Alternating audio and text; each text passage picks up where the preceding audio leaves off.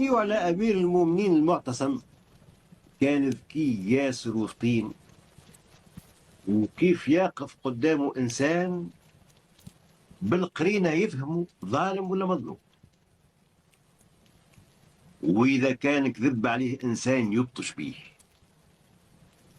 حتى ولاو الناس ماشي في عقولهم اللي هو يعلم الغيب، عالم بما في الصدور، كأنه عنده الوحي. ولهذا يقولوا زايد اللي يجي قدامه من أول ويجيب الحقيقة الربانية وين ترسي برسلان كما يقولوا. ولا واحد من الوزر نتاعو بناس راية بدا يبني ويعلي، يبني ويعلي، ويزيد يبني ويزيد يعلي، حتى ولا كيف ما يقولوا قصر الدهشة، أعلى بنية في البلاد وأضخم وأزين بنية. ما ثماش أعلي، ما ثماش سرايا، ما ثماش قصر اللي يوصل في علو هاك السرايا نتاعو هذيك، وبالطبيعة كاشفة على ديار الجيران الكل. لكن شكون يتكلم؟ هذا وزير. توا الشباك كيف يكون كاشف على دار، ما هو يقولوا له رد هاك المضر علينا، واذا كان ما يحبش يشكيو بيه ويتسكر له.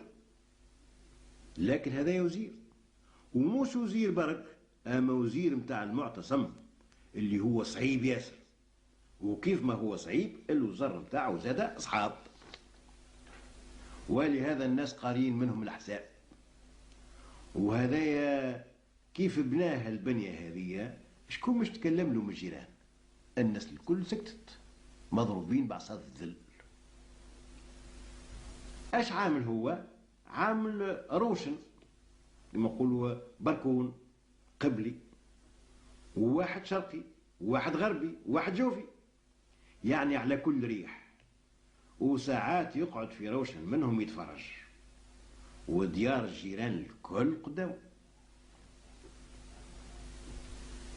انهار يخزل دار من الديار، يشوف في طفلة تدور في وسط الدار، طفلة بارعة في الجمال، عمره ما شاف هاك الجمال هذاك، ولا كان يجي لباله يتوجد هاك الجمال في الدنيا.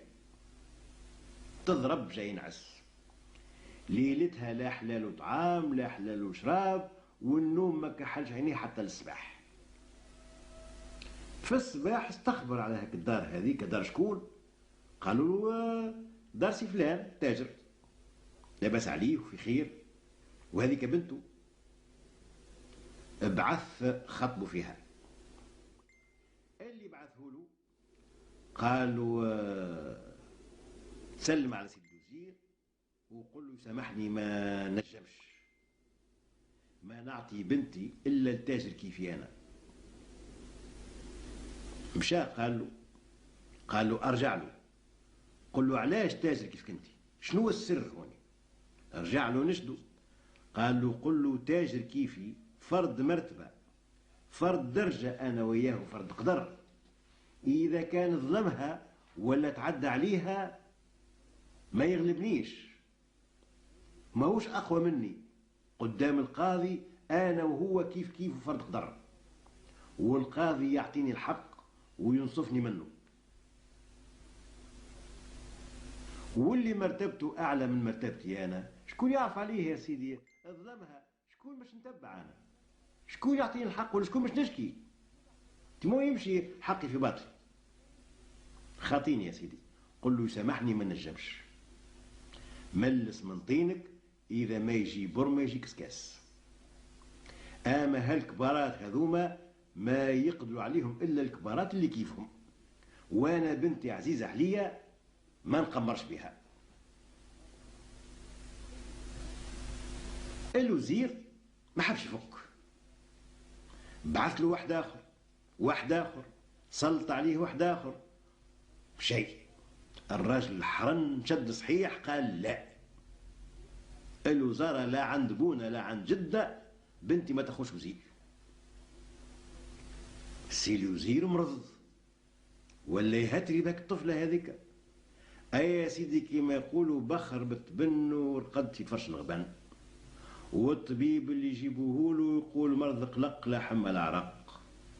حتى نهار باح بسره لواحد من احبابه، قال له هو ما حبش بطيبة خاطره، علاش ما نعملوش حيلة؟ قال له شنو هي الحيلة؟ قال له تهونش 1000 مثقال ذهب. قال له شنو 1000؟ نهون 200,000 مش 1000 برك. قال له هات 1000 مثقال. جبد قربع تفحم له، قبضهم من عنده وخرج. مشى لم 10 من الناس عدول عند القاضي في شهادتهم، معناه ما ياكلوش في الشارع وهم الحاكم يقبل الشهاده بتاعهم. هذه هي يقولوا عدل عند القاضي. هاك 10 من الناس اسخطهم كل واحد ب100 مثقال ذهب، وقال لهم فلان الفلاني التاجر ما يحبش يسرح البنت في الصداق، يحب يخليها حتى تظفر الشيب، وهذا لا يرضاه لربي للعبد، والطفلة طالبة الزواج، واللي خاطبها يحب يدفع لها 10,000 دينار، وهذا مهر متاع بنات ملوك وسلاطين، وزيادة على هذا اللي يخطب فيها هو سيدي فلان الفلاني الوزير، وها هو كبين الموت والحياة.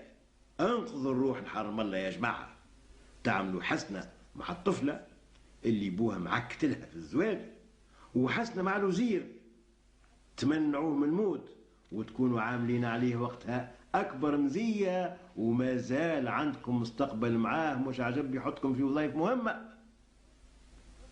وهذه على كل حال حسنة ربي ما يعاقبكمش عليها، بل يجازيكم. ايه مليح. قالوا اش نعملوا؟ قال توا كيف يعيط لكم الشيخ القاضي ويشهدكم، قولوا اللي الوزير خطب بوها فيها ونعملوا، واتفقوا على الصداق 10,000 دينار، وتفحم له زادا قدامكم. خزروا بعضهم، شاوروا بعضهم، قالوا مليح اتفقوا. من غدوك الوزير بعث خديمه للشيخ القاضي، قال له سيدي سلم عليك، قال لك يجي اشرب حذايا قهوه. جاء الشيخ القاضي، السلام عليكم. وعليكم السلام. قال له راني خذيت بنت فلان، لكن ارضى ونعم ومنها انكرني. قال له ايش بيه نشوفه. مشى للمحكمة متاعه من غدويكا، بعث جاب التاجر. كيفاش يا سي فلان تعطي بنتك لسي فلان الوزير ومنها تبطل؟ قالوا لا يا سيدي ما عطيتوش، اخطبني نعرف اخطبني اما ما عطيتوش. كيفاش؟ هو عنده شهود. يا بشعون برا جيب لي فلان وفلان وفلان، هاو تجريده.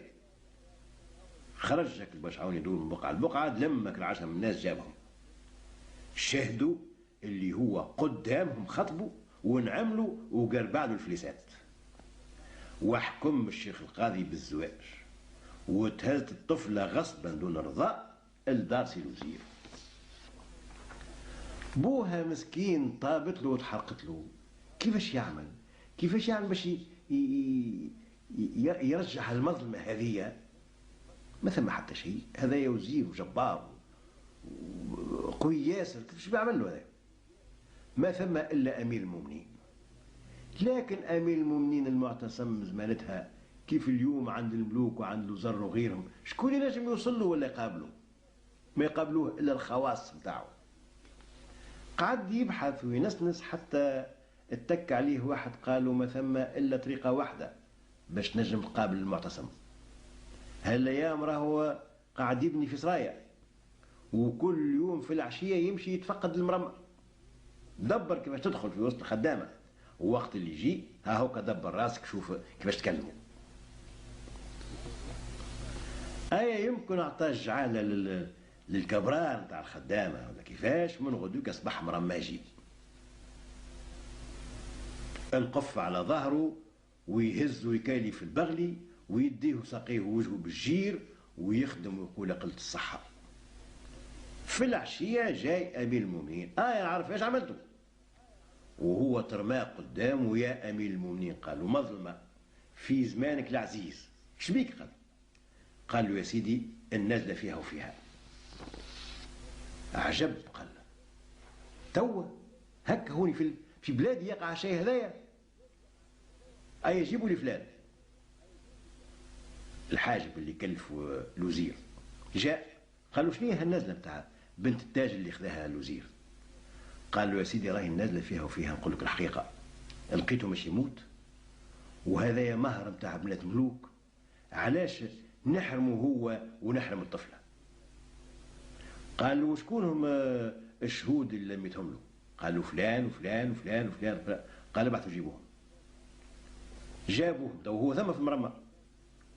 قالوا يا سيدي إذا كان الكذب ينجي صدقا جوانجا، الناس راهو فيها وفيها، أقبضنا كل واحد 100 مثقال ذهب وشهدنا اللي هو أعطاه بنته. بعث جاب الوزير ثم في المرمى، قال له انت كيفاش خذيت بنت فلان وهو مش حاب يعطيها؟ هذه اعمال توا.